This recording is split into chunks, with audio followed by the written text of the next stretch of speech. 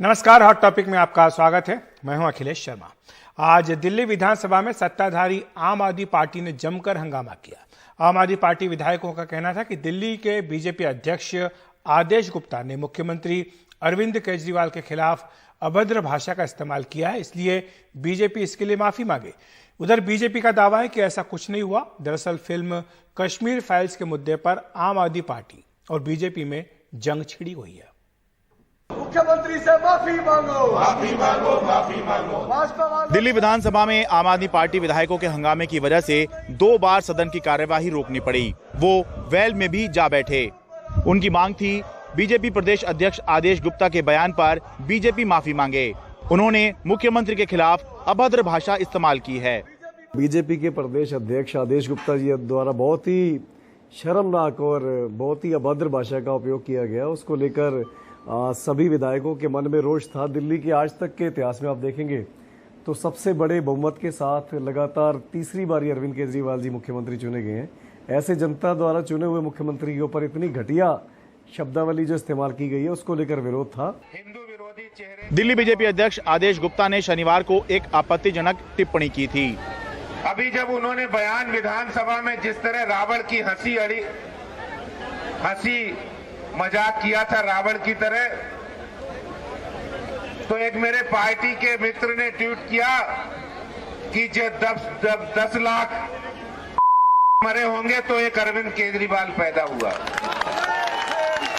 मैंने कहा भाई, हमारी ये संस्कृति नहीं कि हम किसी को कहें, किसी को कहें, क्योंकि वो अपने कर्मों से बना है। हमारा कहने का कोई हक नहीं है। हालांकि आदेश गुप्ता का दावा है कि अभद्र भाषा का इस्तेमाल नहीं किया गया। इसी के लिए अभद्र भाषा का इस्तेमाल करना ये बीजेपी के संस्कार नहीं है। भारतीय जनता पार्टी के विधायक दल ने जब इस फिल्म को टैक्स फ्री करने की मांग की। मामला कश्मीर फाइल्स पर विवाद से जुड़ा है। बीजेपी ने कहा फिल्म दिल्ली में टैक्स फ्री हो। केजरीवाल ने सुझाया इसे YouTube पर डाल दिया जाए। आपका कहना है वो फिल्म के खिलाफ नहीं, मगर उस पर राजनीति ना हो। अच्छी बात है, फिल्म इंडस्ट्री ने उसके ऊपर फिल्म बनाई। मैं उसकी क्वालिटी पे नहीं जाता, अभी मैंने देखी नहीं क्योंकि मैं बजट में बिजी था। और मैं कह रहा हूं कि बजट से अब जैसे जैसे यहां से सदन पास कर देगा मैं जाके देखूंगा उस मूवी। मैं भी देखना चाहता हूं। मैं कश्मीर गया भी हूं, मैंने बहुत अच्छे से देखी, कश्मीरियों का दर्द भी देखा है, कश्मीर को भी देखा, और मैं दोबारा देखना चाहूंगा। अब 200 करोड़ कमा लिए, बहुत कमा लिया।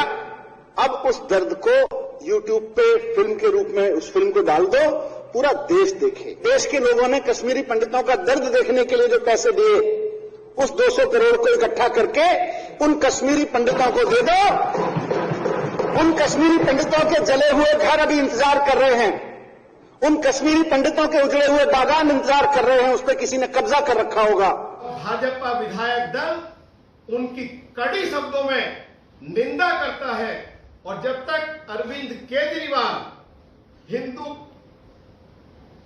पंडितों का जो उन्होंने अपमान किया है माफी नहीं मांगेंगे, विधानसभा के अंदर विधानसभा के बाहर हमारी पार्टी का आंदोलन जारी रहेगा। कुल मिलाकर फिल्म द कश्मीर फाइल्स का मुद्दा एक राजनीतिक अखाड़ा बन गया है, जिसमें पहले राउंड में बीजेपी ने आम आदमी पार्टी को घेरने की कोशिश की कि उन्होंने कश्मीरी पंडितों के प्रति संवेदनहीनता दिखाई है, तो दूसरे राउंड में आम आदमी पार्टी ने बीजेपी को घेरने की कोशिश की कि उन्होंने मुख्यमंत्री के खिलाफ अभद्र भाषा का इस्तेमाल किया है। अब दिल्ली में नगर निगम चुनाव तो हो नहीं रहे हैं, तो इस मुद्दे पर राजनीति होगी। दिल्ली से अपने कैमरा सहयोगी अश्विनी मेहरा के साथ मैं शरद शर्मा, एनडीटीवी मीडिया।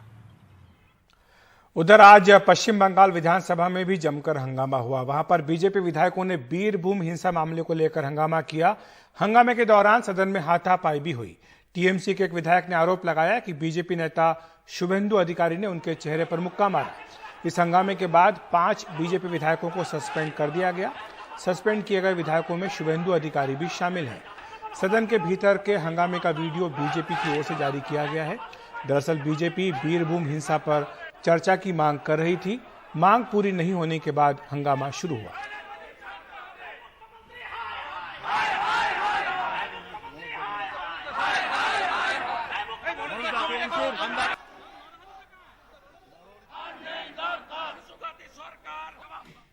वहीं यूपी विधानसभा में नई सरकार बनने के बाद सोमवार को पहला दिन था। सभी विधायकों ने वहां शपथ ली, जहां यूपी के मुख्यमंत्री योगी आदित्यनाथ और सपा सुप्रीमो अखिलेश यादव का आमना सामना भी हुआ। फिर क्या हुआ, उसके लिए देखिए हमारे सहयोगी सौरभ शुक्ला की रिपोर्ट। ये तस्वीर यूपी की राजनीति की फाइल में हमेशा के लिए दर्ज हो गई। मुख्यमंत्री योगी आदित्यनाथ और अखिलेश यादव दोनों को ही अपने चुनाव में एक दूसरे पर जुबानी वार करते हुए तो आप सब ने देखा होगा, पर आज जब विधानसभा में योगी और अखिलेश एक दूसरे के सामने आए तो मुलाकात मुस्कुराते हुए हुई। विधानसभा में सीएम योगी अखिलेश यादव को देखते ही मुस्कुराए और दोनों ने एक दूसरे से हाथ मिलाया। सीएम योगी ने अखिलेश के कंधे पर हाथ भी रखा। अखिलेश यादव ने कहा कि वो विधानसभा में मजबूत विपक्ष की भूमिका निभाएंगे। सरकार की अकाउंटेबिलिटी के लिए विपक्ष काम करेगा और जो विपक्ष की भूमिका है सकारात्मक विपक्ष की भूमिका होगी। शपथ से पहले यूपी के मुख्यमंत्री योगी आदित्यनाथ ने भी सभी नवनिर्वाचित विधायकों को बधाई दी। विधानसभा अपने नवनिर्वाचित नए सदस्यों के स्वागत के लिए पूरी तरह तैयार है और मुझे पूरा विश्वास है कि सदन की मर्यादा, परंपरा का पालन करते हुए सदन की कार्रवाई को शांतिपूर्ण ढंग से आगे बढ़ाने और आने वाले समय में उत्तर प्रदेश के समग्र विकास में सभी माननीय सदस्यगण रुचि लेकर के उसे आगे बढ़ाने का कार्य करेंगे। अखिलेश यादव और योगी दोनों पहली बार विधानसभा चुनाव लड़कर जीते हैं। अखिलेश आजमगढ़ से सांसद थे, पर उन्होंने करहल से विधानसभा चुनाव जीतने के बाद नेता विपक्ष के तौर पर यूपी सरकार को विधानसभा में घेरने का फैसला लिया है। सपा गठबंधन के इस बार 125 विधायक हैं। यूपी विधानसभा का पहला दिन तो मुस्कुराते हुए गुजरा, पर आने वाले दिनों में इसी विधानसभा में राजनीतिक गहमा गहमी भी देखने को मिलेगी। विधानसभा में पहली मुलाकात तो मुस्कुराकर हुई अखिलेश और योगी के बीच, पर ये मुलाकातें और होती रहेंगी। क्या हर मुलाकात मुस्कुराकर होगी या फिर इस बार जैसा अखिलेश ने कहा है कि वो एक मजबूत विपक्ष की भूमिका निभाएंगे? किस तरह घेरेंगे अखिलेश यादव योगी आदित्यनाथ को? अगर कहें तो लोकसभा के बाद किसी विधानसभा में सबसे ज़्यादा रोमांच होगा तो वो इसी यूपी विधानसभा में होगा। सहयोगी विनीत कुमार के साथ लखनऊ से सौरभ शुक्ला, एनडीटीवी इंडिया।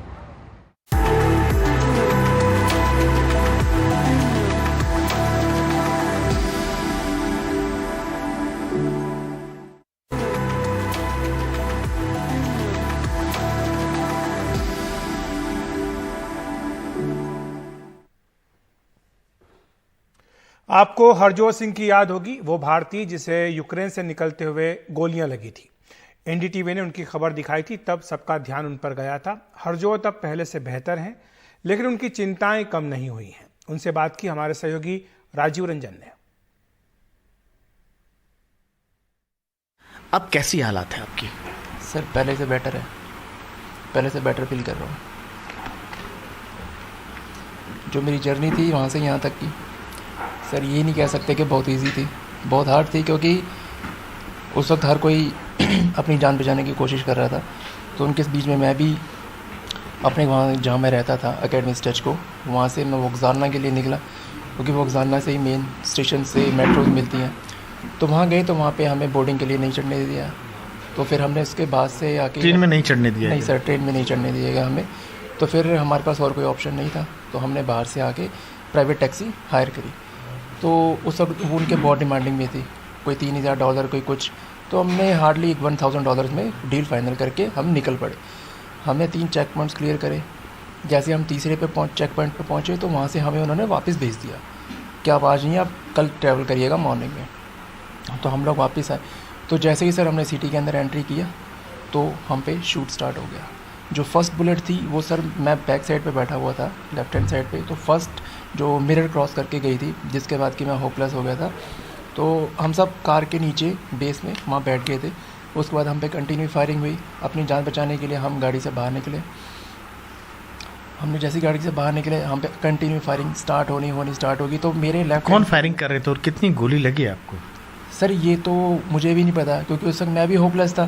तो यूरोप में जल्दी शाम हो जाती है, ऊपर से स्नो पड़ रही थी, तो मैं ये नहीं देख पाया कि वो यूक्रेनियन या रशियन थे। ये इस चीज़ का मेरे को भी नहीं पता क्योंकि मेरे को इतना ज़रूर पता है कि वो 7 से 8 बंदे थे जो लेफ़्ट और राइट दोनों से फायरिंग कर रहे थे। बट लेफ़्ट हैंड साइड से सर ये है कि वहाँ पे वॉल थी जिसकी कि मैं किनारे सपोर्ट करके अपने आप को मैंने लेफ़्ट साइड से बचा लिया, बट मैं राइट साइड से मेरे को गोली लगी। जो पहली गोली लगी थी वो मेरी सर चेस्ट के अंदर लगी थी, जो कि साइड से क्रॉस करके मेरी चेस्ट के अंदर गई थी, जिसके कारण मेरे चेस्ट और लीवर दोनों में डैमेज हुआ है। उसके बाद सर जो सेकंड गोली थी वो मेरी लात में लगी थी, जिसमें सर यहाँ से इन है यहाँ से आउट है, जिसका ऑपरेशन हुआ है अब। जो थर्ड थी सर जो वो टच करके गई थी इस पैर में, जिसके कारण ये मेरे को नीचे कोई टच करे तो मेरे को कुछ नहीं पता लगता, सेंसेशन ख़त्म है। और बाकी जो 2 बुलेट थी सर वो यहाँ लगी थी ऊपर, जिसके कारण ये मेरा हाथ पूरा रुका हुआ है। इस हैंड में मेरे कोई मूवमेंट और कोई ग्रिप कुछ नहीं है सर। अब हालत कैसी है उस? सर अगर पहले वाले टाइम को देखूं तो सर पहले के टाइम के मुकाबले बढ़िया है, क्योंकि पहले मैं अकेला था, अब मैं फैमिली के साथ हूँ। तो हरजोत, अब सरकार ने आपकी मदद की, वहाँ से प्लेन से लिख कर आए, यहाँ इलाज करवाया, क्या सरकार से और भी मदद आप चाहते हैं? क्या कुछ दरख्वास्त करेंगे? क्या चाहते हैं आप सरकार से, लोगों से? सर सरकार या लोग जो मैं तो सर पहले तो गवर्नमेंट का थैंक यू करना चाहूँगा जिन्होंने मेरी इतनी हेल्प करी कि मैं वहाँ से यहाँ तक ज़िंदा आ सका, अपनी फैमिली से मिल सका, आप सबके रूबरू हो सकता हूँ।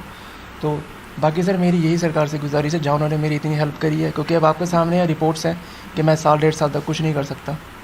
तो आगे की सर, क्योंकि जो अकॉर्डिंग टू डॉक्टर्स जितनी गवर्नमेंट ने हेल्प करी थी वो उन्होंने बोला कि सर यहाँ पे हो चुकी है। अब इससे आगे की मेरी जर्नी, मेरी थेरेपी, सब कुछ, क्योंकि सर इस वक्त मैं भी कुछ नहीं कर सकता, आपके सामने है। मेरे फादर 75 के हैं, वो भी कुछ नहीं कर सकते। मेरा एक ब्रदर है, उसकी खुद की फैमिली है, वो कहाँ तक खींचेगा। तो फाइनेंशियली भी सर मैं इस वक्त ज़ीरो हूँ, टू बी ऑनेस्ट, क्योंकि मेरा वहाँ पे भी सब कुछ एकदम से बंद हो गया। वो वॉर है, वो कुछ भी नहीं कर सकते। अगर आप बैंक कुछ भी करो सब बंद है। तो इसीलिए सर मैं इस वक्त बिल्कुल ज़ीरो हूँ। तो मेरी यही सपोर्ट है कि आगे की जो मेरी जर्नी है, चाहे वो फाइनेंशियली है, कुछ भी है सर, सपोर्ट किया जाए, जिससे कि मैं आने वाले टाइम में अपने पैरों पे खड़ा हो सकूं, खुद को संभाल सकूं, अपनी फैमिली को सपोर्ट कर सकूं सर।